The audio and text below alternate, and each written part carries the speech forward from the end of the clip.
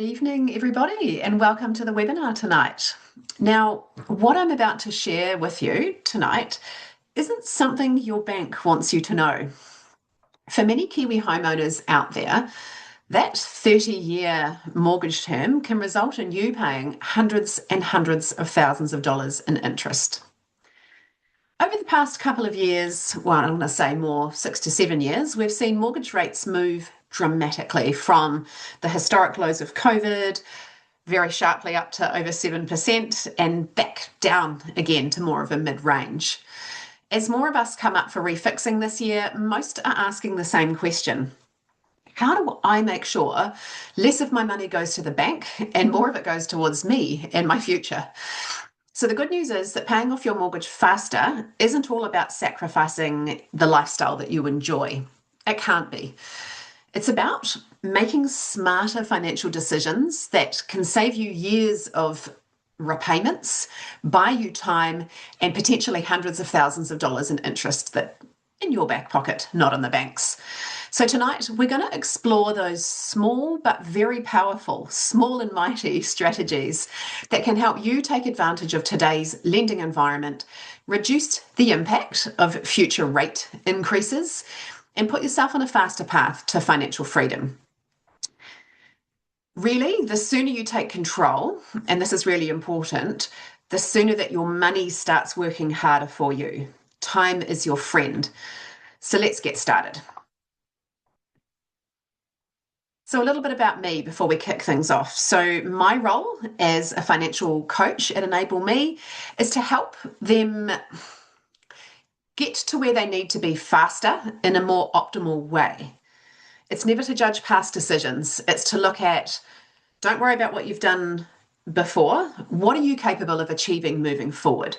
So sometimes it's lifting your eyes off the road to help you understand what you're capable of achieving. I work with my clients to find all those little inefficiencies in all areas of their finances. And we take those gains and we use them to get ahead faster with much less stress. So tonight, it's about progress over perfection.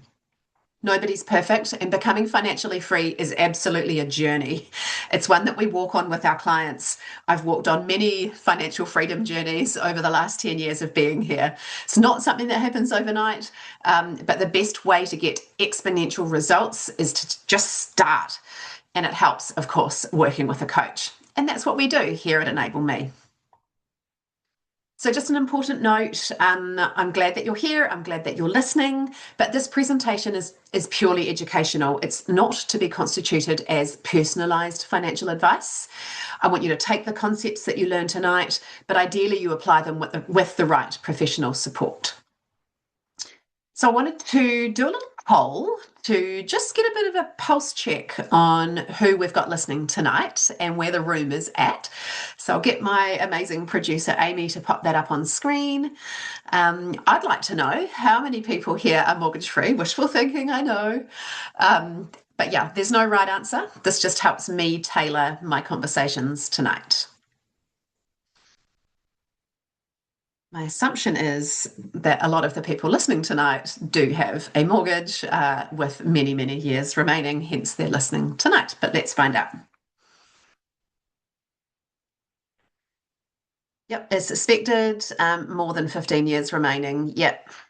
So that 30-year table loan that the banks are very fond of rolling out because it makes them a lot of money applies to a lot of you listening tonight. And we've just got a couple of you that don't actually. Oh my gosh, we've got 2%. One person who is mortgage free. Well done. You don't need to be here. Okay, I'll close that off. Okay. So financial security, what does that mean? In my personal opinion, it's peace of mind. I feel financially secure when I feel in control of my money. It's about giving you choice or options around the choices that you make in life.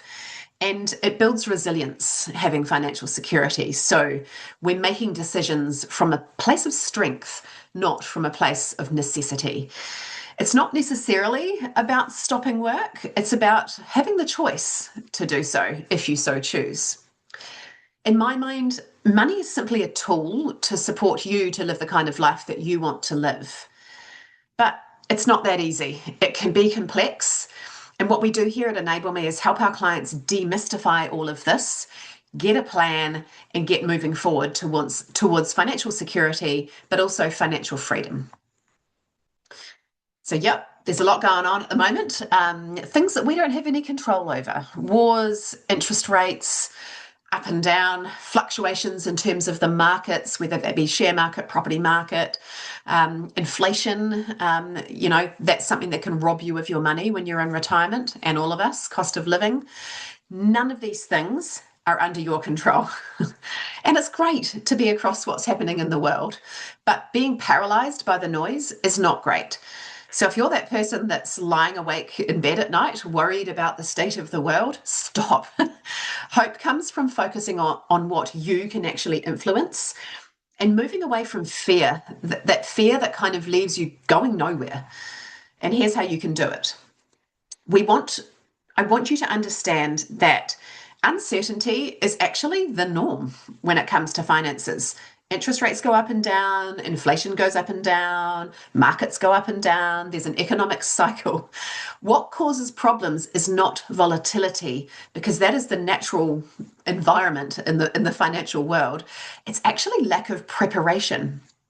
Having a clear financial plan, it gives you something to sort of anchor yourself to when the headlines are getting a bit noisy and overwhelming. It helps you to stay the course when you get that feeling of anxiety, that discomfort that a bad thing might happen with the economy or the market or the world. But also having a clear financial plan can help you actually act when the opportunities arise, because often those opportunities come in a down market. And if you don't have a plan, then fear can stop you from acting. And I'm here to say that there is an opportunity cost to doing nothing. If you don't take action with your finances and get control, you are wasting time by the day. So we have to take action, and you have to have clarity around those next steps. And that's where, if it's feeling really overwhelming, you get the professional support and advice. So I want you to feel like you understand your current situation, and a lot of people don't. I want you to get really clear on, what is my starting point? What is the value of my house if you're a homeowner? And I think most of you are. What is my house worth? You can jump online, homes.co.nz, QV. You can look at your government valuation. It's usually a fairly good steer in terms of what the value of your property is. If you really want to know, you can get a real estate appraisal. But what is your house worth? And now we start to look at, well, how much debt do we owe? What is actually the total combined value of the mortgage on my home? Lots of people have their mortgages split across different tranches. So tally them all up. What is the total? What is the value of your home? And what is the bit in between? So that's your starting point.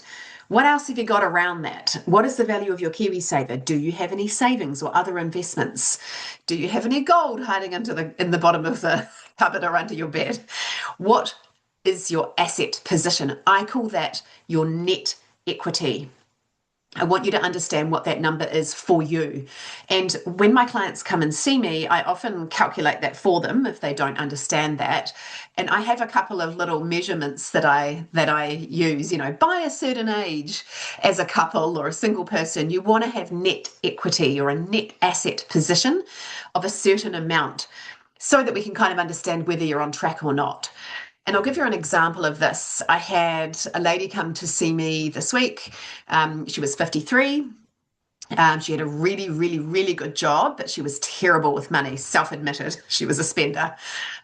She had a house, she had a mortgage, but she was close to 80% on her mortgage of the value of that property, not where I would expect her to be at her age and stage. So I want you guys to think about, what is my net asset position? That is your starting point.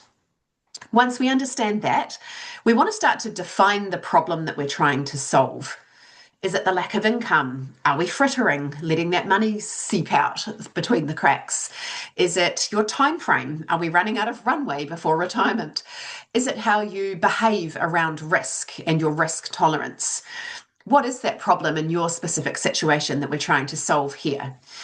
Then we need to learn how to hack you to be better because habits and structure beat market predictions anytime. So, understand thyself. We talk about having a money personality or a financial star sign, we call it sometimes. If you want to jump on our website, I'm pretty sure we have a financial star sign ebook and quiz that you can do. Kind of funny thing to do with yourself and your partner.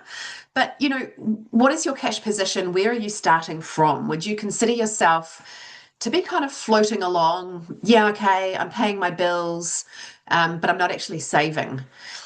If you've got short-term debt, you are sinking. If you're not quite paying that credit card bill off every month, you are financially sinking, and that is not where you want to be. We want to get everybody to be financially flying. They're optimal. Everything about their finances is efficient, and we're saving, and we know we're on track for our future. To me, that is financially flying. So very few people are doing that. We then have our natural tendencies around how we spend. So most people sit at either end of the spectrum. They're going to be a shopper or a saver. And sometimes we have that person that sits in the middle. They'd like to save, but they're actually not. They don't love spending, but they're not saving either. So that's what we call a plodder. And once you understand whether you're a shopper, a saver, or a plodder, you can start to have a few workarounds. If you're in a couple and both of you are shoppers, you're going to be having an amazing time, but we're not going anywhere particularly fast. Quite nice in a relationship to have one and the other, because I find with my shopper clients, they're very good at the vision, the strategy, the excitement, and the bigger picture. We need that saver just to anchor them, and we've definitely got to put guardrails in place for our shoppers. What I find as a risk with my plodder clients is they tend to plod. And I know slow and steady wins the race, but not when you're not actually saving and making steps in the right direction. So plodders, they often need a good push from their coach. Once you understand your cash position, your money personality, we start to look at your appetite towards risk. And this can differ throughout your life. I have to say, most of my younger clients, they're happy with risk. They've got more time.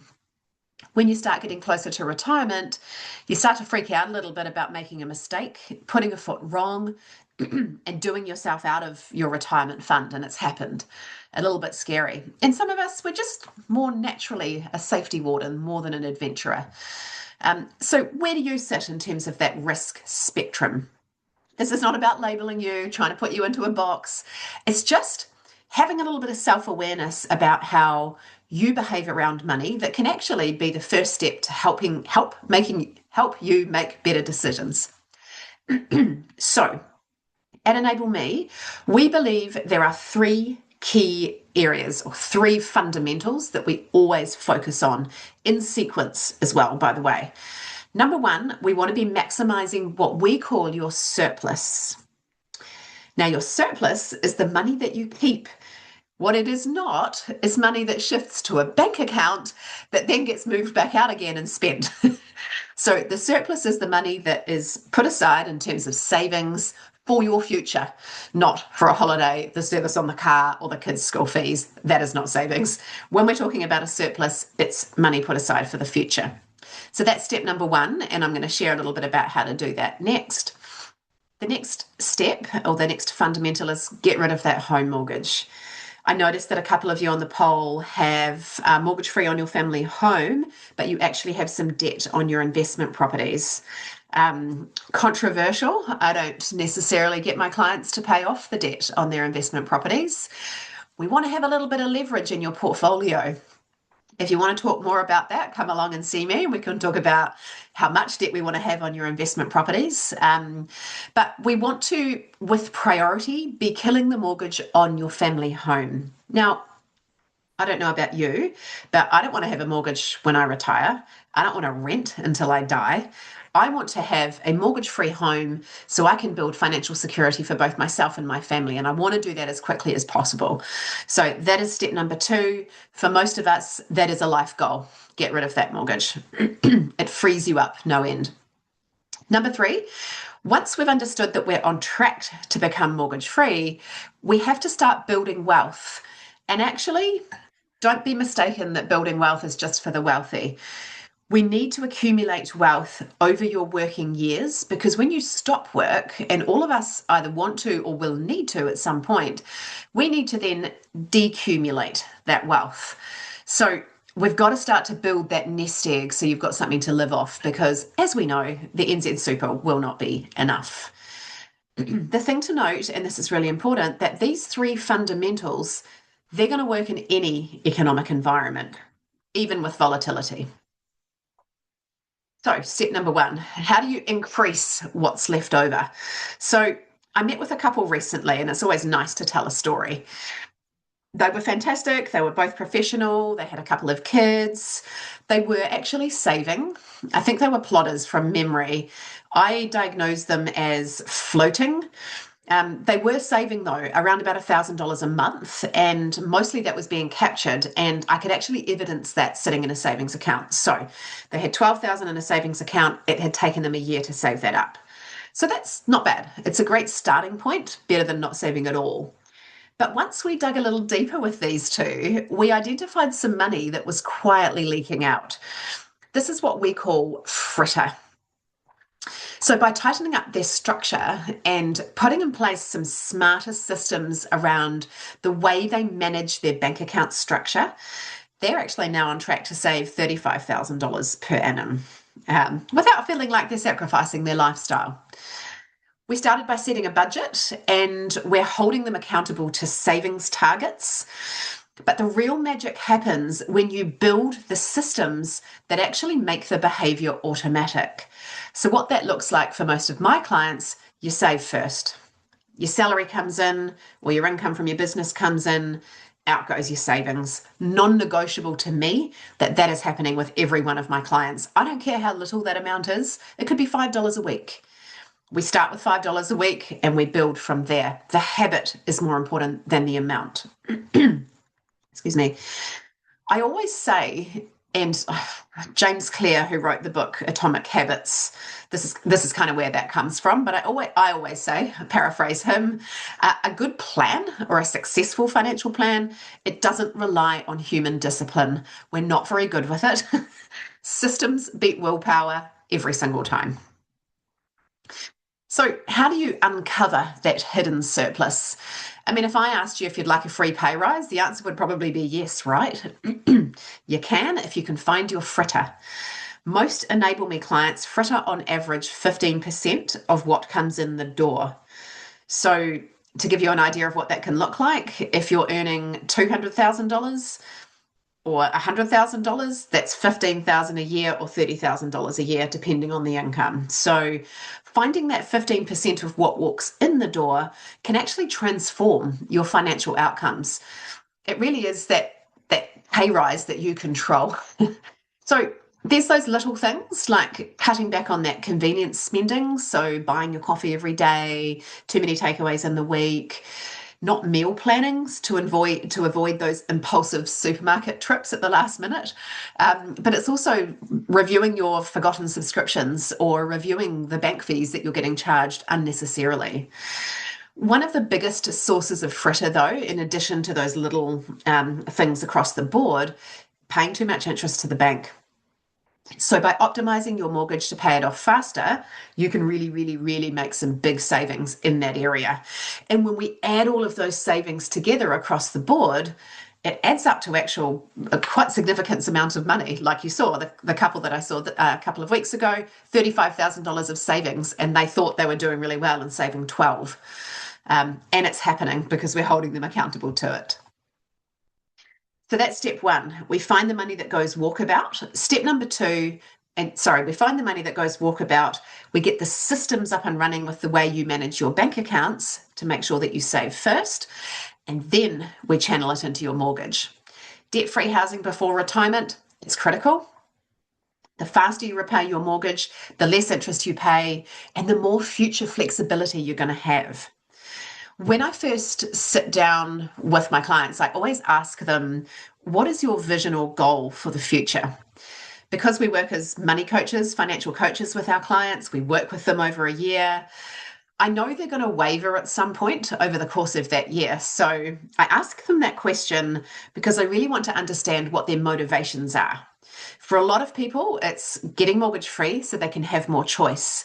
And that choice might be help the kids through uni, help the kids on the property ladder, have the ability to retire early, take a sabbatical. By paying the mortgage off faster, it's not just about the hundreds of thousands of dollars in mortgage interest. It's giving you the options to live the kind of life you want to live. It also creates the opportunity to grow your wealth quicker. And I'm going to talk a little bit about that later in the session tonight. But one of the finance fundamentals, and you've probably heard about this in your economics class at school, is compound interest. It is an absolute miracle, but it does require a lot of time. So the quicker we get mortgage free, the quicker we can accelerate our wealth creation, the more time we have for any returns that we get on our investments to compound over time. So really good reasons to be paying your mortgage off faster, and if you weren't convinced already. So I wanted to run some numbers with you just to show you the quite significant impact of paying your mortgage off faster. And I want to say that most Enable Me clients, if their debt to income ratio isn't too high, we can take a 30-year term down to 10 years.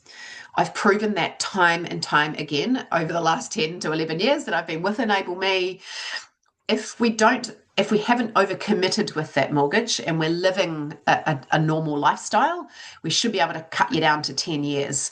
But even if we can halve you to 15 years, you're saving $257,000. So why would you not? This is a simplified example, but the impact is really real. I don't know about you, but I would like to take $407,000 back to put to my retirement nest egg rather than pay it to the bank. So spoiler alert though, getting mortgage free isn't actually the goal. And when my clients say to me, like, one of our goals for the future is to get mortgage free, I'm like, yeah, that's great. But what is that going to facilitate for you? What does it mean to you to get mortgage free? And I like to dig deeper to find out what that actually means for them. But getting mortgage free or beating the mortgage into shape is actually the gateway to unlock time, to unlock the ability to leverage, and to unlock choice and freedom in your life. I think most people get caught up looking for a single solution to their financial woes, and it might be that they focus on the mortgage. It might be that they get really obsessed with their KiwiSaver giving them really good returns and low fees. It might be that they get obsessed with investing in property or shares or whatever. But actually, there is a strategy here, and the sequence is really, really important around that strategy. We've got to start here with maximizing your surplus, then we work to the crushing of the mortgage, and then we can work on building your wealth. So step number 3, we want to unlock equity in your home. It gives us the ability to leverage. And leverage is just a fancy word for borrowings. So you go to the bank, you say, hey, I'd like to buy another asset, and I'm going to use the equity I've created in my property, in the value of my property. So it's the difference between the value of your home and your mortgage. So most banks will allow you to lend up to 80% of the value of your home on the basis that you pass their affordability calculations. So if you have dormant equity sitting in your home, it is absolutely a shame to leave that unused. When used carefully, that equity in your home that you've created by paying the mortgage off faster can actually unlock the ability to accelerate your wealth creation sooner than waiting to become mortgage free. So I have a little rule with my clients when I do the projections on how quickly we can get them mortgage free. If I can take them, and a lot of people come to see me, they may have something like, 15 or 17 or 19 years left on their term. If I can take them, find that fritter, chuck it onto the mortgage, and if I can take them down to 7 years or less, for me, that's my rule around, okay, they're going to have enough equity in the home and the mortgage is at a level where it's going to be affordable for them to leverage to do something else, assuming they have the appetite, assuming that's the right thing for them to do. So when used carefully, we can leverage and start that wealth creation journey by buying something else ahead of you becoming mortgage free as a concurrent strategy. So this is what we teach our clients.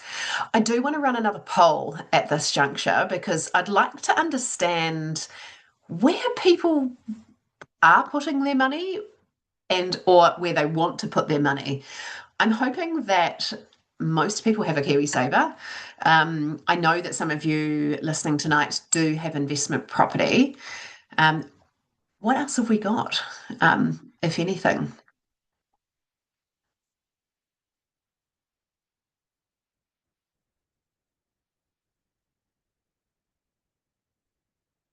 Some of you have sent through some amazing questions around this, around investing while you have a mortgage. We may be able to answer some of those questions later on in the Q&A section. What I forgot to say at the start is if you do have any questions as we go along tonight, there's a Q&A box that you can pop those questions in, and then if you're lucky, we will answer those at the end. So well done. Lots of people have KiwiSavers, 70 out of 70. I love that. Yeah, we've got 22 people with investment properties on the call. That's a whole other conversation. But it's great that you're expanding into different markets, and actually quite a few people investing in shares and managed funds. Okay, right. The people with the interest term deposits and the money in the savings accounts, no. When you have a mortgage, and I'm assuming that you do have a mortgage and you have money in savings, I don't want you having money in a savings account. I want us to be offsetting your savings against the mortgage. Why? When you have money in a savings account and you have a home mortgage, essentially what you're doing, you're giving your money to the bank and saying, here, take my 10,000, 20,000, 50,000, whatever the money is. And they're going, thanks very much. We're going to lend that out to some people over here, perhaps you, at a higher margin. So while you're over there getting 1% or less in your savings account, you're busy paying 5% or more on your mortgage. So we come and talk to me and I'll tell you how we can apply your savings to your mortgage on the proviso that you can reaccess those savings to offset the interest that you're paying to the bank. We don't want the bank to be winning. Okay, moving on to the next slide. There's a couple of surveys that get done every year around taking the pulse of the nation around finances and money and mortgages and things like that. And one of them has basically said that nearly 60% of Kiwi mortgage holders are experiencing what they would deem to be mortgage stress.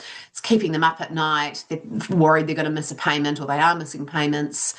Not cool that 60% of us are stressed about having a mortgage, but it's very common. You're not alone.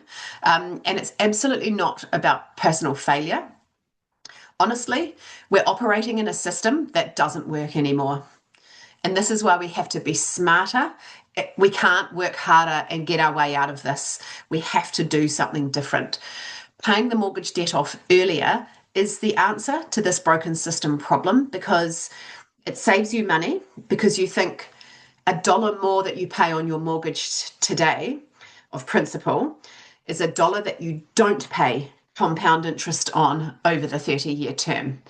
So it saves you money, compound interest to the bank that you're stopping, and it extends your investing time frame so we can tap into that compound interest sooner. If we can get you mortgage free well in advance of retirement, builds up enough time to get that interest working away in the background. I love that we're in KiwiSaver, most of you, and that is a thing of beauty. For the younger ones of us on the call, we could do it early enough for time to do its thing. And that's going to become the case for our children, which is fantastic. But yeah, as we know, with building wealth, more time equals more compound returns, and time in the market beats trying to time the market. So when it comes to building wealth, we have to invest. So we do our KiwiSavers, we get the contribution from the government and the employer, we focus on paying off our mortgage as quickly as possible.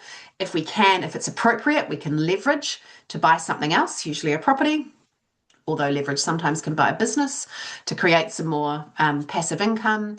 And then we're understanding what we've got in between getting mortgage free and retiring. So on the graph that you're seeing in front of you, it's just illustrating if you can get mortgage free 10 years before retirement, it allows you to build up more of a nest egg, more investing, and then you can see the KiwiSaver clicking in there when you turn 65 to really get that money lasting as long as possible.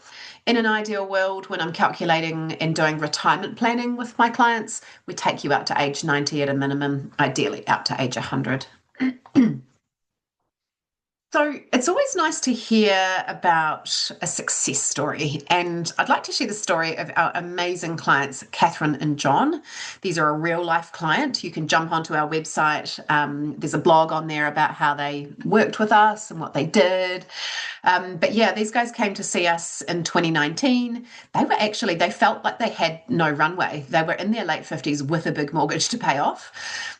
They were really keen on retiring at age 65. They just didn't understand that they could. They had a lot of uncertainty about retirement.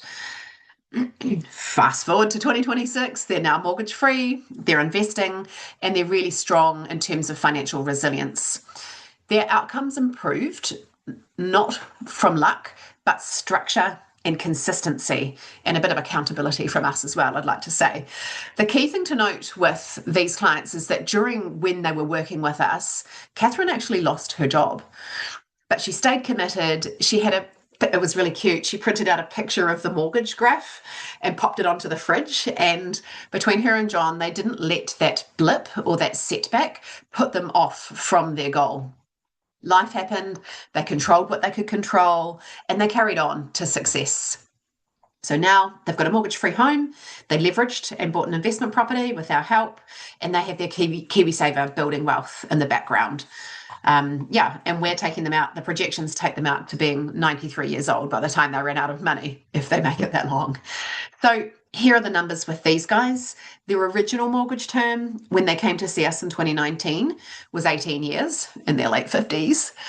They really weren't on track. We initially projected them to pay it off in 7 years with an Enable Me program.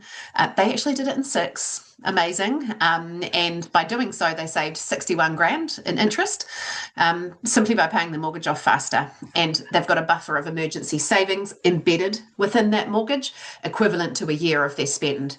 Ideally, we have 3 to 6 months of your spend as a buffer. They've got a year. So they've got a really nice buffer and they're feeling in control. Control over your finances really does relieve that money anxiety, those sleepless nights. For some, they like the appeal of the hard savings, of not paying interest to the bank and the wealth creation. But for others, it's actually the emotional payoff of feeling in control, getting mortgage free, or knowing that you're on track to be mortgage free faster and that you're sorted in the long term. That matters just as much. So when we talk about unlocking equity, so driving down the debt that you have in your home, so building up the amount of equity that we have and growing your wealth, there are lots of different investment vehicles. None are universally best. The right choice for you depends on your individual goals and your timeframes. So for a lot of our clients, we help them address paying the mortgage off faster, finding the fritter, putting it onto the mortgage. But then we start to talk about the future and we want to understand how long we've got, how many more years do you want to work for, and what can we achieve over those number of years. So the longer the number of years or the longer the runway, the higher risk we can afford to take. The shorter the runway, we want to be being a little bit more conservative. The way that you invest is very personal to you. There are some fundamentals. We want to be very diversified. In an ideal world, we do have leverage, some borrowings as part of your investment portfolio. But all in all, the investment plan should solve your problem, not follow a trend. So understanding your problem is the first place to start. Are we short for retirement? How much are we short by? How much do we need our investments to grow by? And how long do we have? That's how we start to get that investment strategy working for our clients. I would say that if you calculate your retirement gap, if you want to come to see us, we can calculate that for you. You might be savvy and be able to do an online calculator. But if your retirement gap is larger than 300,000, and I'm talking about by the time you get mortgage free and can save as much as you can possibly save before you want to stop work, and taking into account NZ Super and your KiwiSaver, if you're still short and you can't save your way any longer by more than 300,000, you're likely to need to use leverage or borrowings to bridge that gap. You can't save your way out of that retirement shortfall. So when we work with our clients and we identify that they've got a retirement gap all said and done after factoring everything in, we're having that conversation with them about leveraging to buy something else. So, why do we like leverage? I want to, excuse me, illustrate a little example here. If you're lucky enough to have 160,000 to invest, um, I'm using the same growth rate here. It's 5%. Obviously, different managed funds would have different rates. So the higher ones or the more growth or aggressive may have a higher rate. The more conservative may have a lower rate. For the purpose of tonight, I'm using 5%. If we were to grow 160,000 in a managed fund, after fees and tax, we receive 5% return on your money. It's about 8 grand per annum. I mean, great. That's 8 grand you didn't have to earn. But if you took that same 160 and you purchased a property worth 800,000 and you put that in as the deposit, the capital growth rate on that property at 5%, the same growth rate, is going to net you $37,000. Now, I know what a lot of people are saying at the moment around the property market. Oh, property, the media is saying it's had its day. I would challenge that and say, nationally, potentially, but there are areas in New Zealand that are seeing fantastic capital growth, mostly in the South Island. But I believe that property is still part of a diversified investment portfolio because of leverage. 37,000 versus 8,000, it's a no-brainer to me. So getting mortgage free and building wealth rewards early, consistent action. The shorter your runway before retirement, that really does demand clarity and precision around all of this and having that clear plan. Progress always beats waiting for the perfect time. It's in the doing and the time in the market, not trying to time the market when it comes to investments. A lot of people say to me, Shelley, God, I wish I'd done this 10, 20 years ago. But the second best time to plant a tree is now. So the best approach for you, what does that look like? Well, we think about how long we've got. How old are you? When do you want to retire? You might be 35 and want to retire at 55. Okay, cool. We've got a 20-year time frame. I want you to think about what your life goals are. You know, do you want to stay in that property? Do you want to upgrade to a different property? Do you want to downsize to a property? Do you want to help your children on the property ladder? What are those bigger life goals that you want to achieve?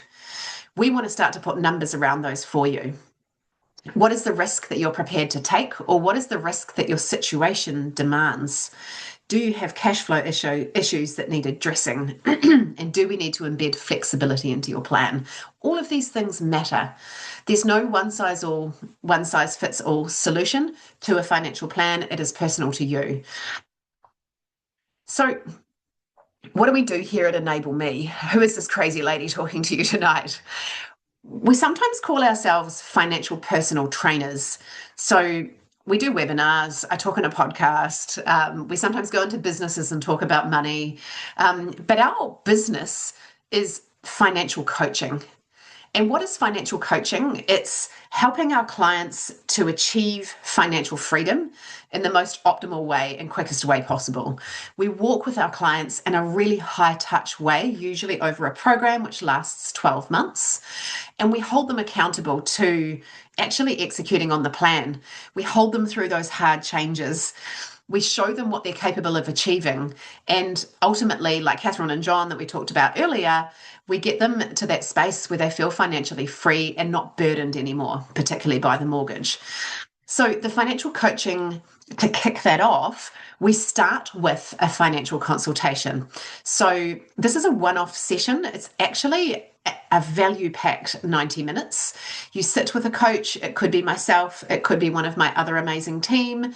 We have many, many coaches behind us to help our clients achieve financial freedom. And the initial session, what we call the financial consultation, it's designed to get you off the starting block, highlight where to focus your efforts to get you ahead faster. So it kind of can galvanize you. I like to say it's a rough sketch of what I think you're capable of achieving. In that session, we compare your default path versus the optimized trajectory where we think we can get you to a lot faster. We push you and we identify those inefficiencies and we prioritize what we're going to do in terms of next steps. So we get that rough sketch in the financial consultation. It's kind of like the beginnings of the blueprint for your future. And if you decide that that's appropriate, or I think it's the right thing for you to do, we can then choose to move together with and do a coaching program. There's no obligation to do so. And I would actually like to extend a offer for those of you who are listening tonight, or if you're watching the recording following tomorrow, and in the next couple of weeks, a discounted financial consultation. So this is 90 minutes. For those of you who book tonight, that gets discounted down to $100. It is normally $400 of value. So that's an absolute bargain. To book, you can either jump onto our website, enable.me. There's a link there that you can copy and paste into your browser, or you can scan the QR code that we've got on the screen. If you forget all of that, just Google Enable Me and there's a book a consultation button that you can do. We have an amazing onboarding team. They'll get in contact with you, talk about your goals, see whether it's the right thing for you to do, and you can come along and have a chat with us and see what it's all about. If you don't book by midnight tonight, then the consultation cost will increase to $149. So there's your incentive to get on the website tonight. We do have time. I haven't been keeping track of time. 8:13. Okay, perfect.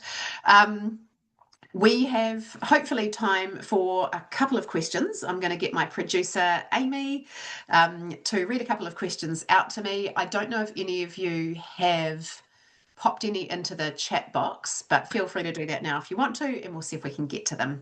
If we can't, come along and see us, and we can answer the questions live during your financial consultation. All right, Amy, hit me with some questions. Thank you, Shelley. We have had some questions submitted. So, first of all, somebody has said that the QR code doesn't let you book. I've actually popped the link in the chat. So don't worry about that. It's in the chat. You can click through. Now, first question that we have, because we are running out of time. This one here, I am 65 early next year. I intend to keep working for another couple of years. I have a smallish mortgage, less than 200,000. Is it better to use the retirement savings to pay off the mortgage once I'm 65 and resave retirement savings, or keep paying the mortgage and keep a larger lump sum of retirement savings? Yeah, swings and roundabouts. I mean, do you have a crystal ball? Can you guarantee that your retirement savings is going to return you more than you're paying on your mortgage? That's one way to look at it. I would say that you have a tight runway. So I would be wanting to be super optimal if I were you, no frittering, and really attacking that mortgage debt while you can. Before ahead of you turning 65. I assume you're talking about the KiwiSaver that will become available to you, or a superannuation when you're 65.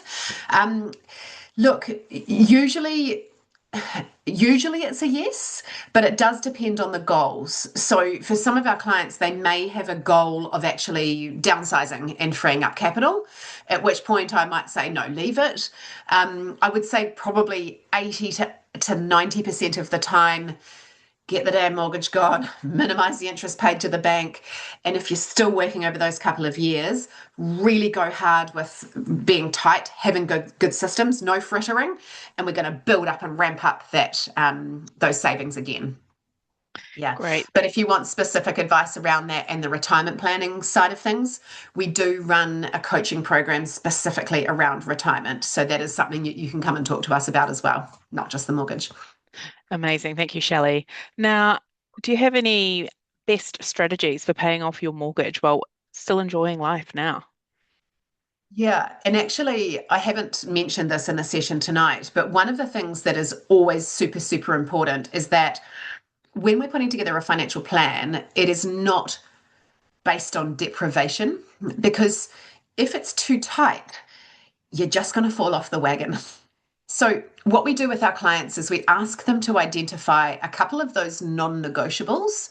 So those things that you spend your money on that you really, really don't want to give up, or they make you really happy, or it's a super priority. So for a lot of my clients, they'll say, my gym membership, it's my mental health and well-being. Please don't take that away from me. So what we do when we're putting together our spending plan or our budget is we identify what your fixed costs are. Then we identify your non-negotiables and we make sure those are factored in. And then we push you on the stuff around that to try and create that surplus that we can then channel towards the mortgage. So really important that we do live a happy life, because you've only got one, and it can't be just don't have a life for 10 years while you're becoming mortgage free. No, it's about finding that beautiful balance between living a happy life but still getting ahead. And there's an art to that. Great question. Great, Shelley. Now, we've gone over slightly, so I'll You do a have. very quick one Okay. for you. It will have to be our last one for tonight. Mhm. Does leveraging the equity in your home increase your exposure for risk?